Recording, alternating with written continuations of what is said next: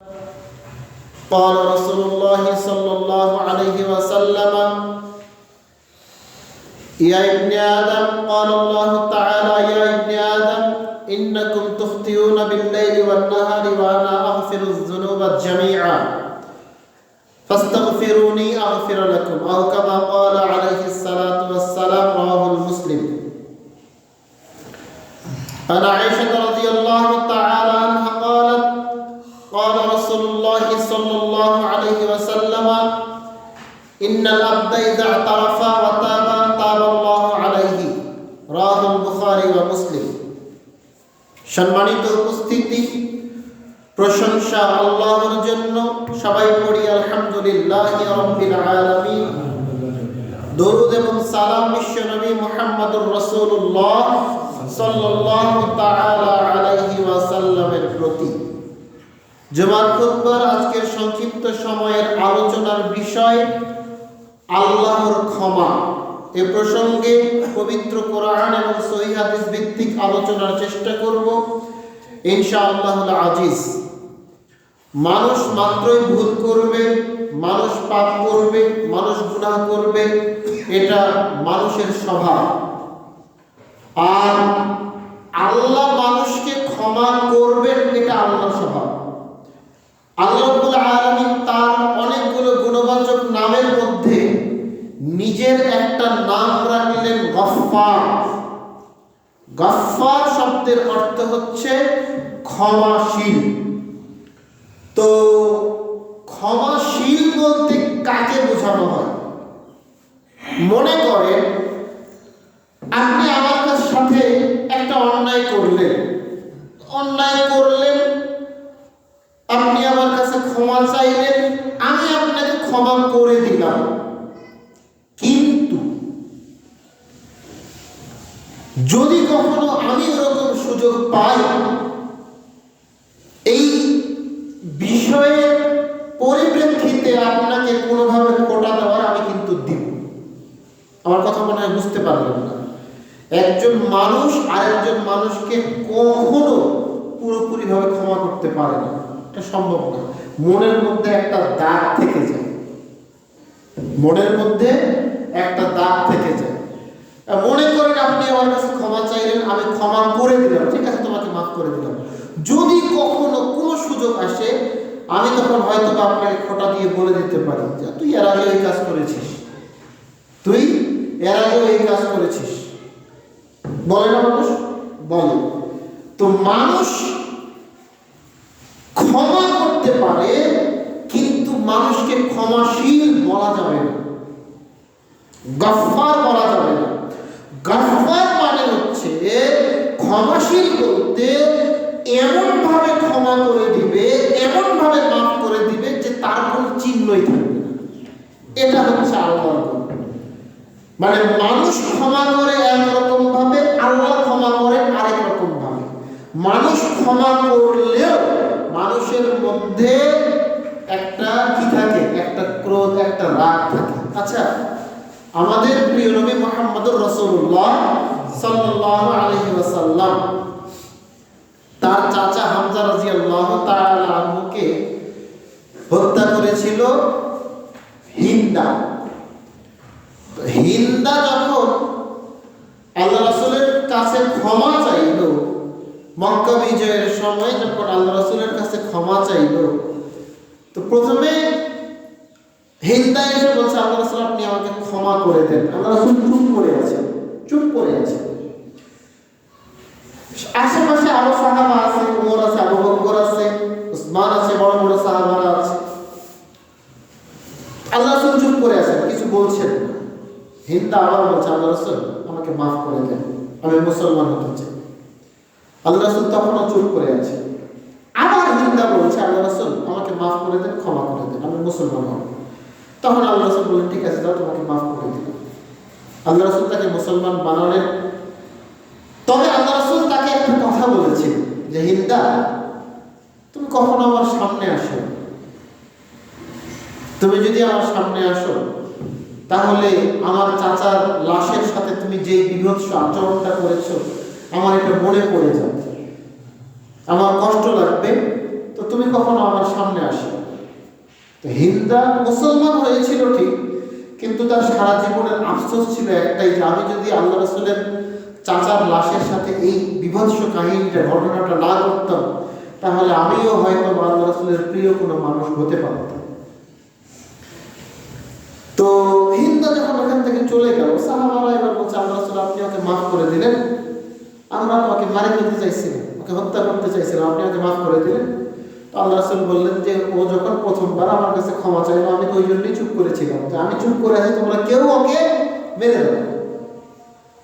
আমি চুপ করে এই জন্যই ছিলাম যে তোমরা কেউ ওকে মেরে দাও, কিন্তু তোমরা তো কেউ এই কাজ করলো না। তো তখন সাহাবা বলছে, আল্লাহ তাহলে এখন মারি? এখন তো আর মারতে পারবো না, কারণ এখন মুসলমান হয়েছে, আর মুসলমানের রক্ত আমার জন্য হারাম করা হয়েছে। তো কথাটা কি জন্য বললাম, যে এই যে দেখেন আল্লাহ রাসূল এত বড় মাপের একজন মানুষ, নবী, শুধু নবী না, নবী কুলের সম্রাট, সাইয়্যিদুল আম্বিয়া ওয়াল মুরসালিন, তিনিও একজন মানুষ। আর মানুষ হিসাবে একজন তার কাছে ক্ষমা চাইলেও আল্লাহ রাসূল তাকে ক্ষমা করলেন, কিন্তু কি বললেন, তুমি আমার সামনে আসিও না। তো আমরা মানুষ হিসেবে আরেকজন মানুষকে ক্ষমা করতে পারি, আমরা মাফ করতে পারি, কিন্তু আল্লাহ যেভাবে মাফ করেন, আল্লাহ যেভাবে ক্ষমা করেন, আমরা সেভাবে কিন্তু পারি না। যার কারণে আল্লাহ হচ্ছেন গফফার।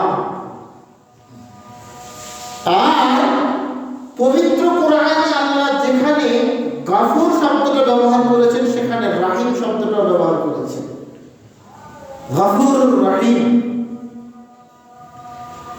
রাহিম মানে হচ্ছে দয়ালু। তার মানে আল্লাহ আপনাকে মাফ করবেন এমন ভাবে, আপনার উপরে আগে দয়া করবেন, দয়া করে আপনাকে এমন ভাবে মাফ করবেন যে ওটা আর থাকবেই না, ওর কোনো অস্তিত্বই থাকবে না। যার কারণে আল্লাহ কি গফফার। যখন আল্লাহর কাছে ক্ষমা চাইবেন, তখন এইভাবে বলিলেন যে আল্লাহ তুমি গফফার, তুমি ক্ষমাশীল। আমি মানুষ, আমি ভুল করি, আমি মানুষ, আমি ভুল করব, আল্লাহ তুমি গফফার, আল্লাহ তুমি আমাকে মাফ করে দাও। আল্লাহ রাব্বুল আলামিন পবিত্র কোরআনে বলছেন, তোমরা আল্লাহকে ডাকো তার গুণবাচক নাম সমূহ দ্বারা। আল্লাহকে ডাকো তার গুণবাচক নাম সমূহ দ্বারা। আর এই গুণবাচক নামগুলোকেই, এই গুণবাচক নামগুলো দ্বারাই যখন আপনি আল্লাহকে ডাকবেন, আল্লাহ তখন আপনার ডাক শুনবেন। এটা পবিত্র কোরআন এবং হাদিসের কথা। তো আল্লাহ রাব্বুল আলামিন ক্ষমাশীল, দয়ালু, তিনি মানুষের পাপ, মানুষের গুনাহ ক্ষমা করতে পারেন, মানুষকে মাফ করতে পারেন। মানুষ গুনাহ করবে, মানুষ পাপ করবে, এটাই হলো বিষয়। আপনি দেখেন আবু হুরায়রা রাদিয়াল্লাহু তাআলা আনহু বলেন, রাসূল সাল্লাল্লাহু আলাইহি ওয়াসাল্লাম বলেছেন, কুল্লু বানি আদম খাত্তাউন, সকল মানুষ পাপী, সব মানুষ পাপ করেছে, সব মানুষ পাপ করবে, সবাই পাপ করবে। ওয়া খায়রুল খাত্তাইনা তাওয়াবুন, আর সবচাইতে উত্তম পাপী হচ্ছে যে ক্ষমা চাইতে পারে। তাহলে এই হাদিসের মধ্যে আপনার জন্য, আমার জন্য একটা বিশাল শিক্ষা। শিক্ষাটা হচ্ছে, আপনি আমি যে পাপ করব, আল্লাহ এই জিনিসটা আমাদের মধ্যে দিয়েই আমাদেরকে সৃষ্টি করেছে। আপনি আমি যে গুনাহ করব, এই বিষয়টা আল্লাহ আপনার আমার মধ্যে দিয়েই আমাকে সৃষ্টি করেছেন, আপনাকে সৃষ্টি করেছে। সুতরাং পাপ করার পরে, গুনাহ করার পরে কখনো হতাশ হবেন না, কখনো হতাশ হবেন না। পাপ করেছে, আল্লাহ রাসূল বলছেন, ওয়া খায়রুল খাত্তাইনা তাওয়াবুন, সবচাইতে উত্তম পাপী হচ্ছে যে তওবা করতে পারে। পাপী ব্যক্তিও উত্তম হতে পারে, রাসূলের ভাষা, আমার ভাষা না, রাসূলের ভাষা, আমি অনুবাদ করছি মাত্র।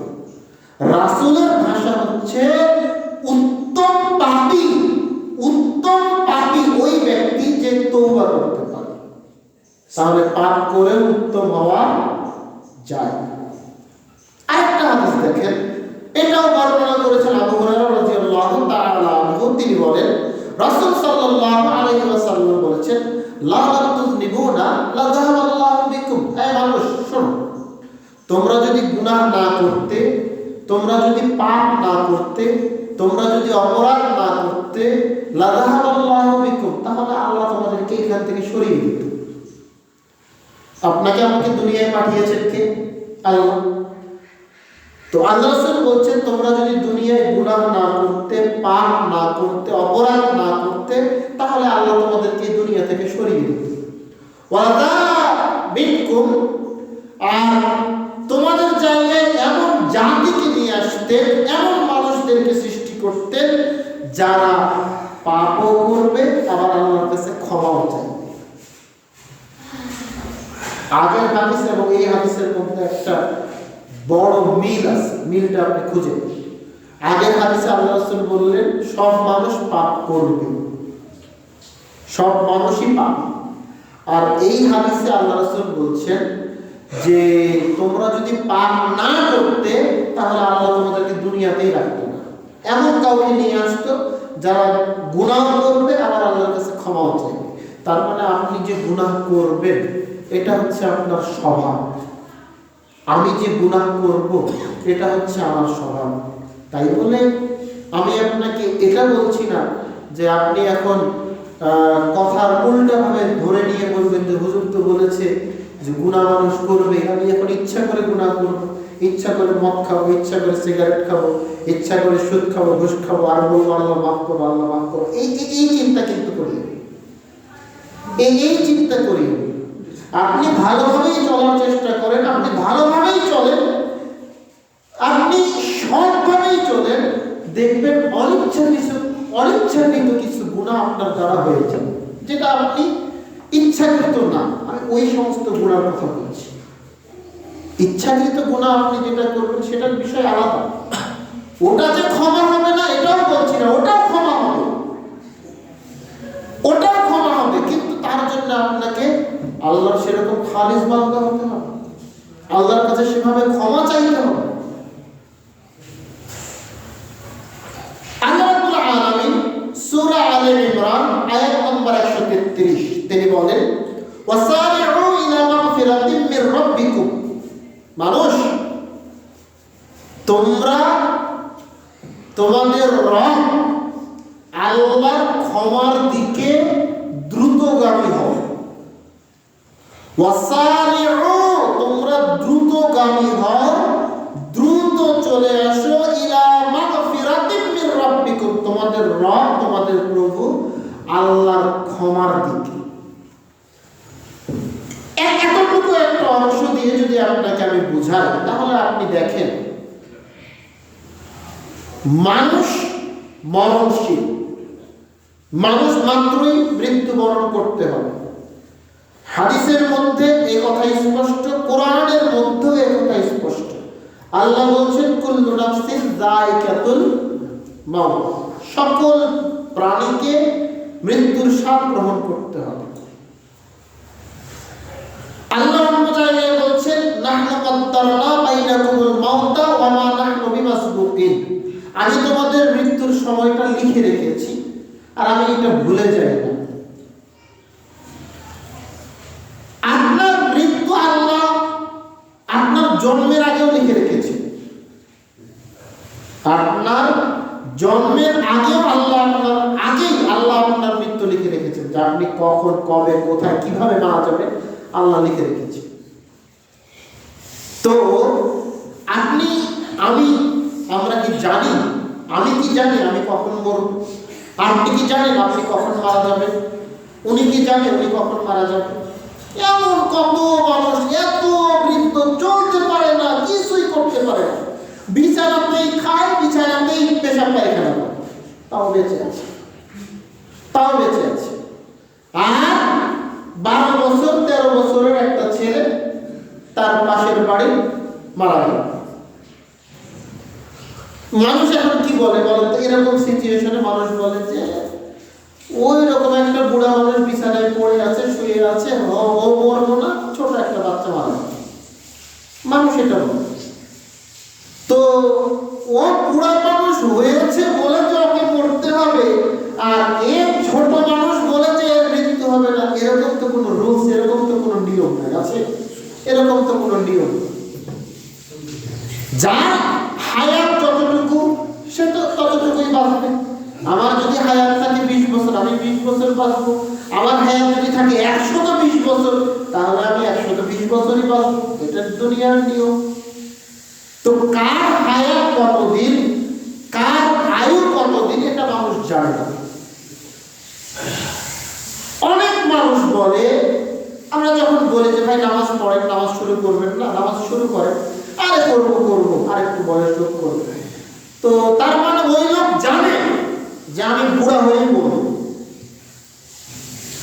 ও লোক জানে যে আমি বুড়া হয়েই মরবো। ভাই দাড়ি রাখবেন না, দাড়িগুলো ছেড়ে দেন, দাড়ি রাখা রাসূলের সুন্নাত, নবীর সুন্নাত। আর একটু বয়স হোক, আর একটু বড় হয়ে তারপরে দাড়ি ছেড়ে দেন। তার মানে ও জানে যে আমি বৃদ্ধ হব। ভাই সামর্থ্য আছে আপনার হজ করার, হজ করে আসেন না। আরে এখন কি হজ করার বয়স হয়েছে নাকি? মানে হজ করারও নাকি বয়স লাগে? এটা হচ্ছে মানুষের চিন্তা ভাবনা। হজ করারও বয়স লাগে। আরে হজ করার বয়স হয়েছে নাকি? আরেকটু বুড়া হয়ে আরেকটু বয়সের তারপরে কি হজ করা?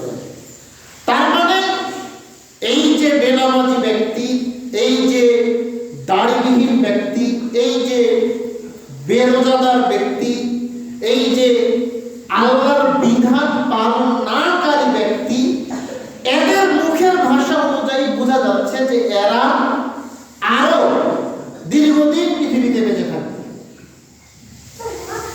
কিন্তু আল্লাহ তো এরকম কোন নিয়ম রাখেন না।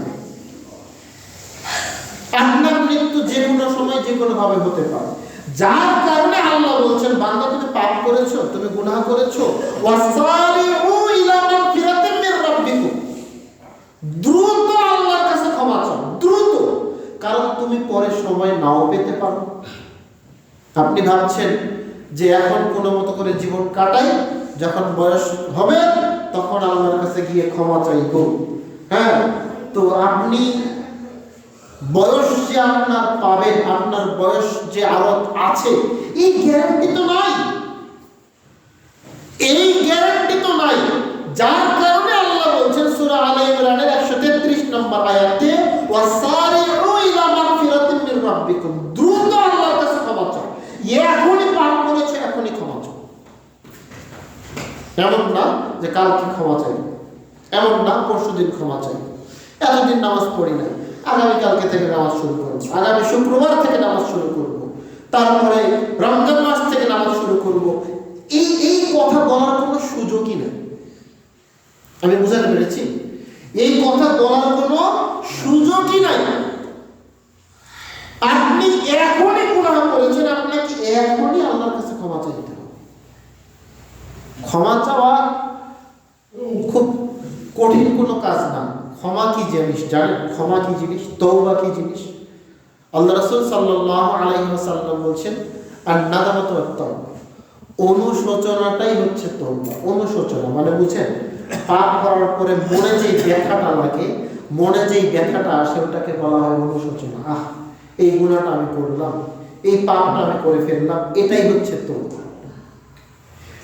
এই মন মানসিকতা তৈরি করে তারপরে আল্লাহকে বলতে হবে, আল্লাহ মাফ করে দাও। বুঝেন না আমার কথা? আগে মনের ভিতরে ব্যথা, অনুশোচনা নিয়ে আসতে হবে, তারপরে আল্লাহকে বলতে হবে, আল্লাহ এই গুনাহটা আমি করে ফেলেছি, আল্লাহ মাফ করে দাও। এভাবে আল্লাহর কাছে ক্ষমা চাইতে হবে। আল্লাহ রাব্বুল আলামিন পবিত্র কোরআনের অন্য জায়গায় বলছেন, ইয়া আইয়ুহাল্লাযীনা আমানু তুবু ইলাল্লাহি তাওবাতান নাসুহা। মানুষ,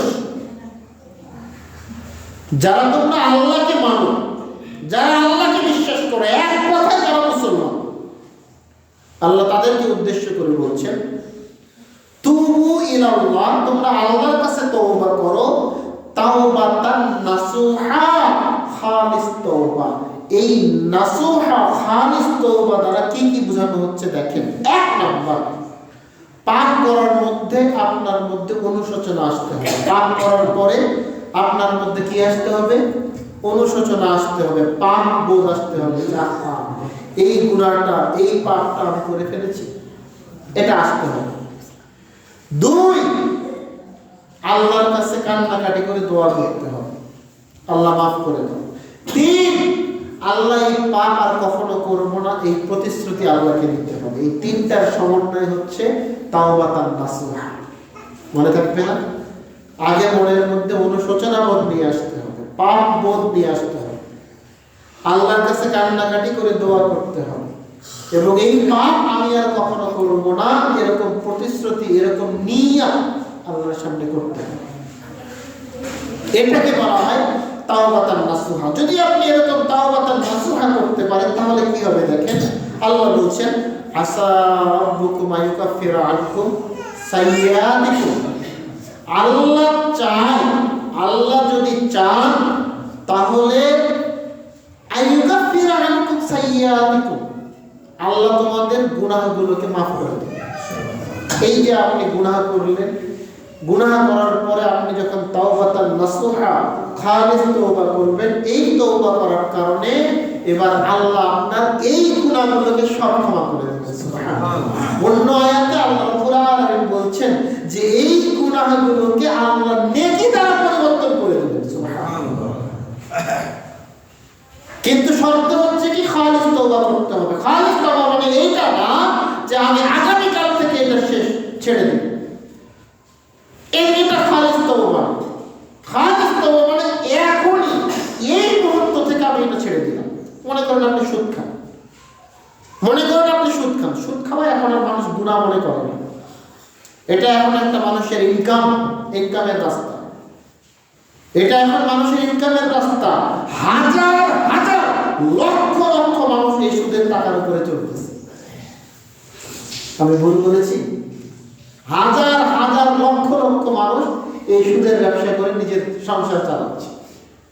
বাড়তি ইনকাম, কোনো খাটনির দরকার নাই, কোনো খাটনির দরকার নেই। টাকা আছে, বাজারে ছেড়ে দেয়, মাস যাবে, সপ্তাহ যাবে, টাকা আপনার লাভের টাকা আপনার কাছে চলে আসবে। আসল তো আছে,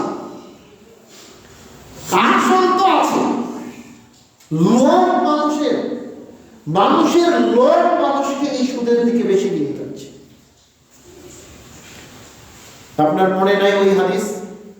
আপনাকে আরেকবার মনে করিয়ে দিই। রাসূল সাল্লাল্লাহু আলাইহি ওয়াসাল্লাম স্বপ্নে দেখেছিলেন, তাকে স্বপ্নে দেখানো হয়েছিল কয়েকজন মানুষের শাস্তি দেখেছিলেন। তার ভিতরে একজন মানুষকে তিনি দেখলেন রক্তের নদীতে, রক্তের ভিতরে হাবুডুবু খাচ্ছে, সাঁতার কাটছে, আর নদীর পাড়ে দাঁড়িয়ে একজন মানুষ পাথর দিয়ে তাকে আঘাত করছে। যখন সেই সাঁতার কাটতে কাটতে কিনারের দিকে আসছে, আবার তাকে পাথর মারছে, সে আবার মাঝখানে চলে যাচ্ছে। কারা ছিল তারা? আল্লাহ রাসূল যখন প্রশ্ন করলেন ওরা কারা, তখন জিবরাইল বললেন ওরা হচ্ছে আপনার উম্মতের মধ্যে সুদখোর। সুদটাকে এত নরমালি নিয়েন না, এত নরমালি নিয়েন না। আল্লাহ পবিত্র কোরআনে বলছেন আহাল্লাহুল বাইআ, আল্লাহ ব্যবসাকে হালাল করেছেন, ওয়া হারামার রিবা, আল্লাহ সুদকে হারাম করেছেন। আল্লাহ ব্যবসাকে হালাল করেছেন, সুদকে হারাম করেছেন। আহাল্লাহুল বাইআ, আল্লাহ ব্যবসাকে হালাল করেছেন, ওয়া হারামার রিবা, সুদকে কি করেছেন? হারাম করেছেন। যার কারণে সুদটাকে ব্যবসা বলা যাবে না। ব্যবসা আলাদা জিনিস, সুদ আলাদা জিনিস। ব্যবসা হচ্ছে ওইটা যার মধ্যে লাভও থাকতে পারে, লসও থাকতে পারে, যার মধ্যে লাভও থাকতে পারে, লসও থাকতে পারে। মনে করেন আপনি কাঁচামালের ব্যবসা করেন, আপনি সকালবেলা সাইকেল নিয়ে বাহাদুর বাজারে গেলেন, আলু কিনলেন, বেগুন কিনলেন, পেঁয়াজ কিনলেন, মরিচ কিনলেন, বাজারে নিয়ে আসলেন বিক্রি করার জন্য, খুচরা দরে বিক্রি করছেন। সবগুলো বিক্রি হলো না, কিছু থেকে গেল। পরের দিন সকালে ওগুলো যখন বাজারে নিয়ে আসার জন্য বের করছেন, দেখছেন অর্ধেক পচে গেছে, অর্ধেক পচে গেছে। তো এটা আপনার লস হলো না? এটা হলো ব্যবসা, এটা হলো ব্যবসা। আর সুদ এটা কখনোই ব্যবসা হতে পারে না, কারণ সুদের মধ্যে লস নাই, খালি লাভ আর লাভ, লাভ আর লাভ, লাভ আর লাভ। আল্লাহ স্পষ্ট করে দিয়েছেন সুদকে ব্যবসা করার কোনো সুযোগই নেই। বাংলাদেশে আমরা এখন সুদকে ব্যবসা মনে করি, যার কারণে এই যে এতগুলো ব্যাংক, কতগুলো ব্যাংক আছে বাংলাদেশে বলেন তো, কতগুলো ব্যাংক আছে, সবার উপরে বাংলাদেশ ব্যাংক, তারপরে জনতা বলেন, রূপালী বলেন, সোনালী বলেন, আইএফআইসি বলেন, ইসলামী ব্যাংক বলেন, শাহজাহান ইসলামী ব্যাংক বলেন, ঢাকা ব্যাংক বলেন, এবি ব্যাংক বলেন, কত ব্যাংক রে ভাই, সবগুলো চলে সুদের উপর, সবগুলো চলে সুদের উপর।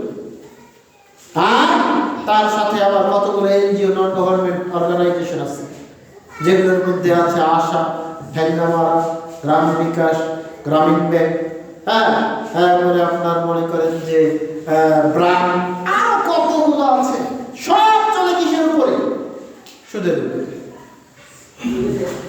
এগুলাকে আমরা বললাম তো, ওই জন্যই তো বললাম যে সুদটাকে আমরা আর কেউ গুনাহ মনে করি না, পাপ মনে করি না।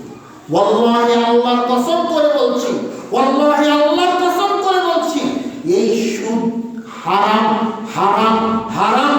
এই সুদের সাথে জড়িত যাবতীয় সবকিছুই হারাম, সবকিছুই হারাম।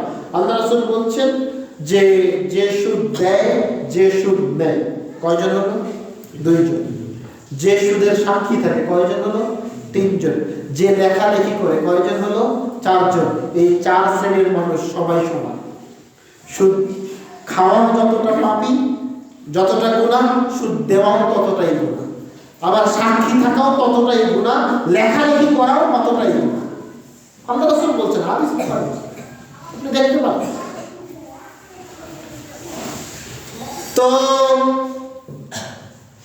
আল্লাহ বলছেন যে তুবু ইলাল্লাহি তাওবাতান নাসুহা, তোমরা খালিস তওবা করো। আমি সুদ খাই, ঠিক আছে, আমি এতদিন খেয়েছি, আজকে এখন এই মুহূর্ত থেকে আমি আমার সুদ খাওয়া বন্ধ করে দিলাম, আর জীবনে কখনো সুদ খাবো না, আল্লাহ তুমি আমাকে মাফ করে দাও। আপনি এভাবে যখন তওবা করবেন, তখন আল্লাহ রাব্বুল আলামিন আপনার এই সব গুনাহগুলো মাফ করে দিবেন। সুবহানাল্লাহ। শুধু তাই না, এতদিন আপনি সুদ খেয়ে যা গুনাহ করেছেন, এগুলো সব আল্লাহ নেকি দ্বারা পরিবর্তন করে। কিন্তু আপনি যদি বলেন যে আচ্ছা ঠিক আছে, কিছু টাকা তো বাজারে পড়ে আছে, ওগুলা উঠাই, উঠানোর পরে তারপরে তখন আমি সুদ খাওয়া বন্ধ করে দিব, এই চিন্তা করলে কিন্তু এটা তাওবাতান নাসুহা হলো না। একই রকম ভাবে আপনি নামাজ পড়তেন না, আপনি এখন এই মুহূর্তে বলেন যে আজকে এখন এই জোহর থেকে আমি 5 ওয়াক্ত সালাত আদায় করব, আর কখনো 1 ওয়াক্ত নামাজ ছাড়বো না ইনশাআল্লাহ। আপনি যখন এভাবে এই নিয়াতে যখন আপনি তওবা করবেন, তখন এটা হবে তাওবাতান নাসুহা, যার কারণে আল্লাহ আপনার এই এতদিন নামাজ না পড়ে যা গুনাহ করেছেন সব মাফ করে দিবেন। সুবহানাল্লাহ। শুধু তাই না, আপনার গুনাহগুলোকে আল্লাহ নেকি দ্বারা পরিবর্তন করে দিবেন। কিন্তু আপনি যদি বলেন যে আগামীকাল ফজর থেকে আমি নামাজ শুরু করব, তাহলে এটা কিন্তু আর তাওবাতান নাসুহা হলো না। রমাদান মাস থেকে আমি নামাজ শুরু করব, এটা কিন্তু তাওবাতান নাসুহা হলো না। বুঝতে পেরেছেন? তাওবাতান নাসুহা করতে হবে, খালিস তওবা করতে হবে। আল্লাহ রাব্বুল আলামিন আমাদেরকে বুঝার তৌফিক দান করুন। আল্লাহুম্মা আমিন।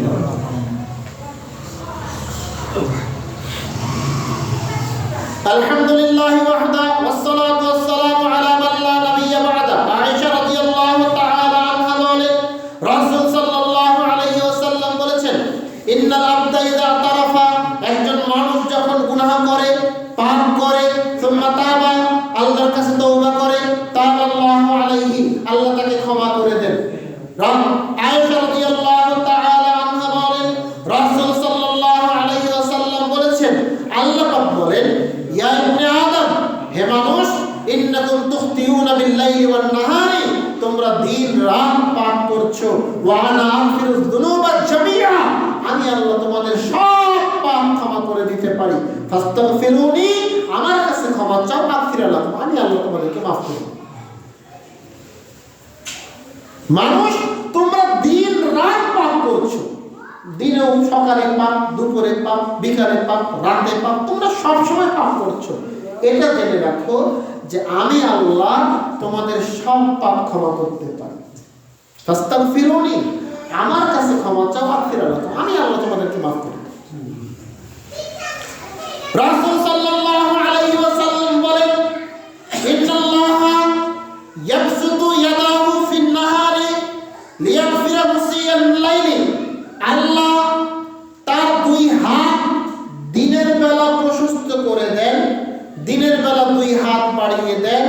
যাতে করে রাতে যেই মানুষগুলো পাপ করেছে তারা ক্ষমা চেয়ে নিতে পারে।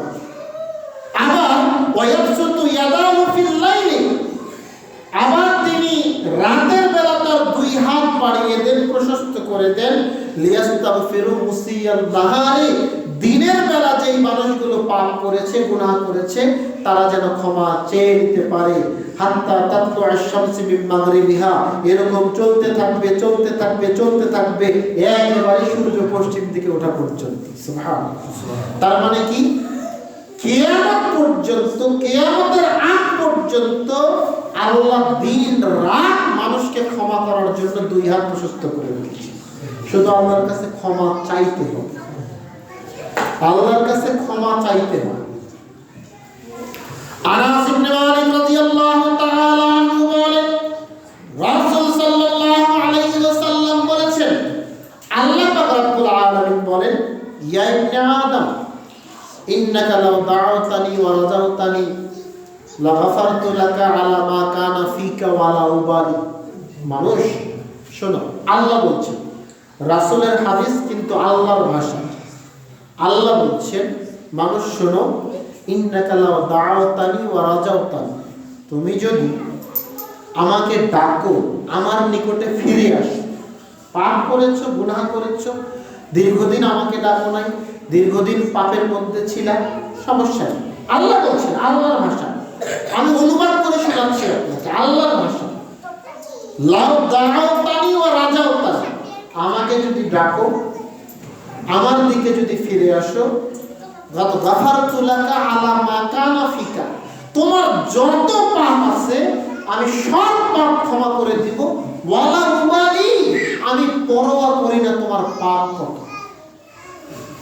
এই কথাটা কি আপনি বুঝতে পারছেন? আল্লাহর এই কথাটা, আল্লাহর এই কথাটা যদি আপনি বুঝতে পারেন, তাহলে আল্লাহর দয়া, আল্লাহর ভালোবাসা, আল্লাহর মহব্বত মানুষের উপরে কত বেশি আপনি বুঝতে পারবেন। আল্লাহ বলছেন যে তুমি যদি আমাকে ডাকো, তুমি যদি আমার দিকে ফিরে আসো, তাহলে গাফারতু লাকা, আমি তোমাকে মাফ করব, আমি তোমাকে ক্ষমা করব, আলা মা কানা ফিকা, তোমার যত পাপ আছে সব পাপ ক্ষমা করব, ওয়ালা উবালি, আমি পরোয়া করি না তুমি কত বড় পাপী, তোমার পাপ কত, তুমি কত গুনাহ করেছো, তুমি কত অপরাধ করেছো, এটা আমি পরোয়া করি না। তোমার পাপ যতই হোক, তুমি আমার কাছে যদি ফিরে আসো, আমার নিকটে যদি ক্ষমা চাও, আমি আল্লাহ তোমার সব পাপ ক্ষমা করে দেব। সুবহানাল্লাহ। তারপরে তিনি বলছেন, ইয়া ইবনে আদম লাউ বালাগাত যুনুবুকা আনানাস সামাই, তুমি পাপ করতে করতে করতে করতে তোমার পাপ যদি আকাশ পর্যন্ত ঠেকে যায়, আকাশ থেকে জমিন পর্যন্ত এই গোটা ফাঁকা জায়গাটা তোমার গুনাহ দিয়ে ভর্তি হয়ে গেছে, তোমার পাপ দিয়ে ভর্তি হয়ে গেছে। লাউ বালাগাত যুনুবুকা আনানাস সামাই, একেবারে আকাশ পর্যন্ত তোমার পাপ যদি ঠেকে যায়, সুম্মাস্তাগফারতানি, এরপরেও যদি তুমি আমার কাছে ক্ষমা চাও, কত গাফারতু লাকা, আমি আল্লাহ তোমাকে ক্ষমা করে দিব, ওয়ালা উবালি, আমি পরোয়া করি না তুমি কত বড় পাপী, তুমি কত পাপ করেছো, আমি এটা পরোয়া করব না। তুমি পাপ করতে করতে তোমার পাপ যদি আকাশ পর্যন্ত থেকে যায়, তারপরেও যদি তুমি আমার কাছে ক্ষমা চাও, আমি আল্লাহ তোমাকে ক্ষমা করে দেব। সুবহানাল্লাহ। তারপরে তিনি বলছেন, ইয়া ইবনে আদম লা তাইতানি বিকুরাবিল আরদি খাতায়া সুম্মা লাকিতানি, কিয়ামতের মাঠে তুমি যদি বিশাল দুনিয়ার সমপরিমাণ, দুনিয়া আকাশের সমপরিমাণ পাপ নিয়ে তুমি যদি আমার সাথে সাক্ষাৎ করো কিয়ামতের মাঠে, শুধুমাত্র তোমার যদি শিরক না থাকে, তুমি দুনিয়ায় অনেক পাপ করেছো, গুনাহ, অনেক গুনাহ করেছো, শুধু যদি তোমার শিরক না থাকে, ওই অবস্থায় তুমি যদি কিয়ামতের মাঠে আমার সাথে সাক্ষাৎ করো, আমি আল্লাহ তোমার সব পাপ ক্ষমা করে দেব, ওয়ালা উবালি, আমি পরোয়া করি না তুমি কতগুলো পাপ করেছো। হাদিস বুখারী মুসলিম। এই হাদিসটা কি আপনাকে কিছু শিক্ষা দিতে পারে? একবার চিন্তা করেন তো, এই হাদিসটা কি আপনার জীবনে কোনো কাজে আসতে পারে? পাপ করেছেন, মানুষ পাপ করবে, মানুষই গুনাহ করবে, মানুষই গুনাহ করবে, মানুষের দ্বারাই গুনাহ হবে, কিন্তু ক্ষমা করার মালিক কে? আল্লাহ। আল্লাহ বসেই আছেন ক্ষমা করার জন্য, আল্লাহ বসেই আছেন ক্ষমা করার জন্য। কত পাপ করেছেন আপনি, কত পাপ করেছেন আপনি, কত গুনাহ করেছেন আপনি, দেখেন তো এই লোকের চাইতে কি বেশি গুনাহ আপনার আছে? করলো। আল্লাহ রাসূল সাল্লাল্লাহু আলাইহি ওয়াসাল্লাম বলেছেন, একজন ব্যক্তি ছিল বনি ইসরাইলের, যে ব্যক্তি 99 জন মানুষকে হত্যা করেছিল। 99 জন মানুষকে হত্যা করেছে, তার কখনো মনে হয়নি মানুষ হত্যা করা পাপ, মানুষ হত্যা করা গুনাহ। 99 জন মানুষকে হত্যা করার পরে তার মনে হয়েছে যে না, এটা আমার গুনাহ হয়েছে, এটা আমার পাপ হয়েছে, এটা আমার অপরাধ হয়েছে। সে এখন তওবা করার রাস্তা খুঁজে বেড়াচ্ছে, সে এখন তওবা করার রাস্তা খুঁজে বেড়াচ্ছে। যাকে তাকে জিজ্ঞাসা করে, আন্নালাহু তাওবা, আমার কি কোনো ক্ষমা আছে, আমার কি কোনো তওবা আছে? জিজ্ঞাসা করতে করতে ফাতারাহিমান, একজন ইহুদি আলেমের কাছে এসে জিজ্ঞাসা করছে, আচ্ছা আমি তো 99 জন মানুষকে হত্যা করেছি, আমি কি মাফ পাবো, আমি কি ক্ষমা পাবো? ও বলছে যে না, 99 জন মানুষকে হত্যা করে তুমি বলছো তুমি মাফ পাবা কিনা? জীবনে তুমি মাফ পাবো না, তোমার মাফ হবে না। ও যখনই এই কথা বলেছে ফাতারা, ও ওকেও মেরে ফেলেছে। কয়জন হলো? 100 জন।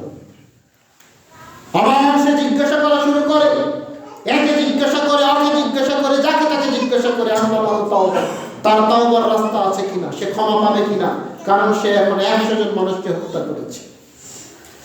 একজন মানুষ তাকে বলছে, শোনো ভাই, ওই গ্রামে চলে যাও, ওই গ্রামে গেলে হয়তো বা তুমি তওবার রাস্তা পেতে পারো। ওই গ্রামে যদি তুমি যাও, তাহলে ওই গ্রামে গিয়ে তুমি হয়তো বা তওবার রাস্তা পেতে পারো। সে যখন ওই গ্রামের দিকে যাচ্ছে, ফাদরাকাহুল মাউত, তার মৃত্যু চলে এসেছে। তওবা করার সুযোগ সে পেল না, সে বলার সুযোগ পেল না, আল্লাহ তুমি আমাকে মাফ করো। সে বলার সুযোগ পেল না, আল্লাহ তুমি আমাকে ক্ষমা করে দাও। সে আল্লাহকে বলতে পারলো না, আস্তাগফিরুল্লাহ, আল্লাহ তুমি আমাকে মাফ করো, আস্তাগফিরুল্লাহ ওয়া আতুবু ইলাইহি, আল্লাহ তুমি আমাকে মাফ করো, আমি তোমার দিকে ফিরে যাচ্ছি। এই কথা বলার সে সুযোগ পেল না, তার আগেই তার মৃত্যু হয়ে গেছে। মৃত্যু যখন তার হচ্ছে, সে তার বুকটাকে যেই গ্রামের দিকে যাচ্ছিল ওই গ্রামের দিকে কায়েদ করে রেখে দিল, এটা বোঝানোর জন্য যে আল্লাহ আমি গুনাহ করেছি, আমি পাপ করেছি, আমি পাপ ক্ষমার রাস্তা খুঁজতেছিলাম, কিন্তু আল্লাহ সেই সুযোগটা আমি পাইনি। এটা বোঝানোর জন্য যে আমি ওই দিকে যাচ্ছিলাম, বুকটা ওই দিকে কায়েদ করে রেখে সে মারা গেল। ফাখতাসামাতিল মালায়েকাতুল আযাব ওয়া মালায়েকাতুর রাহমা, জাহান্নামের ফেরেশতা চলে এসেছে, জান্নাতের ফেরেশতা চলে এসেছে তাকে নিয়ে যাওয়ার জন্য। জাহান্নামের ফেরেশতা বলছে, এই লোকটা পাপী, অনেকজন মানুষকে হত্যা করেছে, একে আমরা জাহান্নামে নিয়ে যাব। জান্নাতের ফেরেশতা বলছে, আরে পাপ করেছে তাতে কি হয়েছে, সে পাপ করার পরে সে ক্ষমার রাস্তা খুঁজে বেরিয়েছে, যার কারণে আমরা তাকে জান্নাতে নিয়ে যাব। জাহান্নামের ফেরেশতা জান্নাতের ফেরেশতার মধ্যে তর্ক বিতর্ক শুরু হয়ে গেছে। আল্লাহ বলছেন, এই থামো, ফাকিসু বাইনাহুমা, মাপো, মেপে দেখো। সে যেখানে তার লাশটা পড়ে আছে, একটা গ্রাম থেকে সে বের হয়ে গেছে, আর একটা গ্রামের দিকে যাচ্ছিল। সে যেই গ্রামের দিকে যাচ্ছিল, ওই গ্রামটা যদি তার লাশের নিকটে হয় তাহলে সে জান্নাতে যাবে, আর সে যেই গ্রাম থেকে বের হয়ে গেছিল এই গ্রামটা যদি লাশের নিকটে হয় তাহলে সে জাহান্নামে যাবে। এবার ফেরেশতাদেরকে এই কথা বলার পরে আল্লাহ এবার ওই দুইটা গ্রামকে বলছেন, আল্লাহ দুইটা গ্রামকে বলছেন, সে যেই গ্রামের দিকে যাচ্ছিল ক্ষমা নেওয়ার জন্য, ওই গ্রামটাকে বললেন, তুমি একটু এগিয়ে আসো তো। আর যে গ্রাম থেকে বের হয়ে চলে গেছিল ওই গ্রামটাকে বললেন, তুমি একটু দূরে সরে যাও তো। কে বললেন এই কথা? আল্লাহ বললেন। তো ফেরেশতারা এবার মাপলো, মেপে দেখা গেল সে যেই গ্রামের দিকে যাচ্ছিল এই গ্রামটা এক টাক্কর, মানে দুইটা মাপ প্রায় সমান, কিন্তু এটা এক টাক্কর কম আছে যে গ্রামের দিকে যাচ্ছিল। আচ্ছা সম্মানিত উপস্থিতি, এই গ্রামটা যে এক টাক্কর কমে গেল, কার নির্দেশে কমে গেছে? আল্লাহ নির্দেশ দিলেন না তুমি একটু এগিয়ে চলে আসো?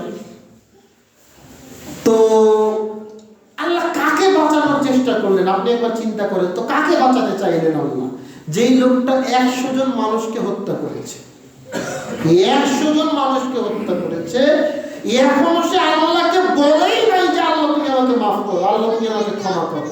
তারপরে আল্লাহ ওই লোকটাকে বাঁচানোর জন্য আল্লাহ 2টা গ্রামকে আদেশ দিলেন। একটা গ্রামকে বললেন যে তুমি একটু কাছে আসো, আর একটা গ্রামকে বললেন তুমি একটু দূরে সরে যাও। মেপে দেখা গেল সে যে গ্রামের দিকে যাচ্ছিল, এই গ্রামটা 1 হাত নিকটে আছে। লোকটা জান্নাতে চলে গেল। তো ও তো আল্লাহর কাছে ক্ষমাও চায় নাই, তারপরেও আল্লাহ তাকে ক্ষমা করে দিয়েছেন। কেন ক্ষমা করে দিয়েছেন? ওই যে একটু আগে বললাম, আল্লাহ রাসূল বলছেন আর নাদামাতু আত তাওবা, অনুশোচনাটাই হচ্ছে তওবা। সে গুনাহ করতে করতে তার মধ্যে এখন অনুশোচনা এসেছে যে আমার গুনাহ হয়েছে, আমার পাপ হয়েছে, আমাকে ক্ষমা নিতেই হবে। এই ইচ্ছা, এই নিয়তটাই তাকে তার জীবনের সমস্ত গুনাহগুলো মাফ করে দিয়ে জান্নাতে পাঠিয়ে দিল। সুবহানাল্লাহ। আর আপনাকে আমি বলেছি আপনি সব সময় আল্লাহর কাছে তওবা করুন। তাহলে ও যদি তওবা ক্ষমা না চেয়েও ক্ষমা পেতে পারে, আপনি আমি কি ক্ষমা চেয়ে ক্ষমা পাবো না? অবশ্যই পাবো, অবশ্যই পাবো। আল্লাহ রাসূল সাল্লাল্লাহু আলাইহি ওয়াসাল্লাম বলেছেন, শোনো, তওবা ইলাল্লাহ, আল্লাহর কাছে তওবা করো। ফাইন্নী আতুবু ইলাল্লাহি ফিল ইয়াউমি মিআ মাররা, আমি দিনে 100 বার আল্লাহর নিকটে তওবা করি। কয়বার? 100 বার। কে করে আল্লাহর নিকটে তওবা? বিশ্বনবী মুহাম্মদুর রাসূলুল্লাহ সাল্লাল্লাহু আলাইহি ওয়াসাল্লাম, যার জীবনে কোনো পাপ নাই, যার জীবনে কোনো গুনাহ নাই। আর আপনার আমার জীবনটা পাপ দিয়ে ভর্তি। তাহলে আপনাকে আমাকে কতবার তওবা করতে হবে একবার চিন্তা করে দেখি। শুনুন, তওবা করতে হবে, আল্লাহর কাছে ক্ষমা চাইতে হবে, আল্লাহর কাছে মাফ চাইতে হবে। রাসূল সাল্লাল্লাহু আলাইহি ওয়াসাল্লাম বলেন, যখন একজন মানুষ পাপ করে, গুনাহ করে, গুনাহ করার পরে যখন সে আল্লাহকে বলে আল্লাহ আমি গুনাহ করেছি, আমি পাপ করেছি, আল্লাহ তুমি আমাকে মাফ করে দাও, তখন আল্লাহ তার নিকটে থাকা ফেরেশতাদেরকে বলেন আলিমা আব্দি আন্না লাহু রাব্বান, এই ফেরেশতারা দেখো তো আমার বান্দা কি বলছে। ও কি জানে তার একজন রব আছে যে তাকে মাফও করতে পারে, আবার তাকে শাস্তিও দিতে পারে। যেহেতু আমার বান্দা জানে যে আল্লাহ আমাকে মাফও করতে পারে, আবার তিনি আমাকে শাস্তিও দিতে পারেন, সে যেহেতু জেনে বুঝে আমার নিকটে ক্ষমা চাচ্ছে, আমি তাকে মাফ করে দিলাম। আমি তাকে মাফ করে দিলাম। দিন যায় রাত্রি যায়, দিন যায় রাত্রি যায়, ওই লোক আবার গুনাহ করেছে, আবার পাপ করেছে, আবার আল্লাহকে বলছে আল্লাহ আমি গুনাহ করেছি, আমি পাপ করেছি, আল্লাহ তুমি আমাকে মাফ করে দাও। আল্লাহ ফেরেশতাদেরকে আবার ডেকে ওই একই কথা বলবেন, ফেরেশতারা দেখো আমার বান্দা কি বলছে, আমার বান্দা কি জানে তার একজন রব আছে, তার আল্লাহ আছে, যিনি তাকে মাফও করতে পারেন, আবার শাস্তিও দিতে পারেন। যেহেতু আমার বান্দা আমাকে ভয় করে আমার কাছে ক্ষমা চাচ্ছে, আমি আল্লাহ তার সব পাপ ক্ষমা করে দিলাম। সুবহানাল্লাহ। এভাবে আল্লাহ আপনাকে ক্ষমা করতে থাকবে, আল্লাহ আপনাকে ক্ষমা করতে থাকবে। খবরদার কখনো হতাশ হবেন না, কখনো হতাশ হবেন না। আল্লাহ বলছেন ইয়া ইবাদিয়াল্লাযীনা আসরাফু আলা আনফুসিহিম, মানুষ যারা পাপ করেছো, যারা গুনাহ করেছো, যারা অপরাধ করেছো, লা তাকনাতু মির রাহমাতিল্লাহ, খবরদার খবরদার খবরদার আল্লাহর রহমত থেকে নিরাশ হইও না, কখনো হতাশ হইও না যে আল্লাহ আমাকে মাফ করবেন না, আল্লাহ আমাকে ক্ষমা করবেন না। এই হতাশা যেন আপনার মধ্যে কখনো না আসে, কখনো যেন এই হতাশা আপনার মধ্যে না আসে। পাপ আপনি করেছেন, আপনি পাপ করবেন, মানুষই পাপ করবে, এটা হাদিসের মধ্যে স্পষ্ট প্রমাণ, তাই না? শুরুতে যে হাদিসগুলো বললাম দেখলেন না, মানুষ যে গুনাহ করবে, মানুষ যে পাপ করবে, এটা মানুষের মধ্যে এই স্বভাব আল্লাহ দিয়ে রেখেছে, যার কারণে আল্লাহ গাফফার, ক্ষমাশীল, এমন ভাবে ক্ষমা করবেন কোনো দাগ থাকবে না, একেবারে ক্ষমা করবেন। আল্লাহ বলছেন কখনো হতাশ হবে না, দোয়া করবেন, কখনো হতাশ হবেন না যে আমি এত পাপ করেছি, আমি এত গুনাহ করেছি, আল্লাহ আমাকে মাফ করবে কিনা, এই চিন্তা কখনোই আনবেন না। এই চিন্তা যদি আপনার মধ্যে আসে, আপনার দোয়া কিন্তু কবুল হবে না। আমি বুঝাতে পারিনি মনে হয়। আপনার মধ্যে যদি এই চিন্তা আসে যে আমি এত গুনাহ করেছি, এত পাপ করেছি, আল্লাহ মনে হয় ওই জন্য আমার দোয়া কবুল করে, আল্লাহ মনে হয় আমার জীবনে দোয়া কবুল করবে না, আল্লাহ মনে হয় আমাকে ক্ষমা করবে না, এই চিন্তা কখনোই মনের মধ্যে আনবেন কখনো না, কখনো না। আপনি কখনো ভাবিয়েন না, এই চিন্তা কখনো করিয়েন না যে আমি ওই গুনাহটা করেছিলাম যার কারণে আল্লাহ আমাকে এই শাস্তিটা দিচ্ছে, এই চিন্তা কখনো করিয়েন না, এই চিন্তা কখনোই মনের মধ্যে আনবেন না। আল্লাহ বলছেন লা তাকনাতু মির রাহমাতিল্লাহ, আল্লাহর রহমত থেকে কখনো কি হইও না, নিরাশ হইও না, নিরাশ হওয়া যাবে না। ক্ষমা চাইতে হবে আল্লাহর কাছে, মাফ চাইতে হবে আল্লাহর কাছে, মাফ চাইতে হবে আল্লাহর কাছে। সম্মানিত উপস্থিতি, আজকের বক্তব্যের শেষে দুইটা গুরুত্বপূর্ণ হাদিস, তার মধ্যে একটা হাদিস রাসূল সাল্লাল্লাহু আলাইহি ওয়াসাল্লাম বলেন, কেউ যদি বলে আস্তাগফিরুল্লাহাল্লাযী লা ইলাহা ইল্লা হুয়াল হাইয়ুল কাইয়্যুম ওয়া আতুবু ইলাইহি, পড়েন আমার সাথে, আস্তাগফিরুল্লাহাল্লাযী লা ইলাহা ইল্লা আনতা আস্তাগফিরুকা ওয়া আতুবু ইলাইহি।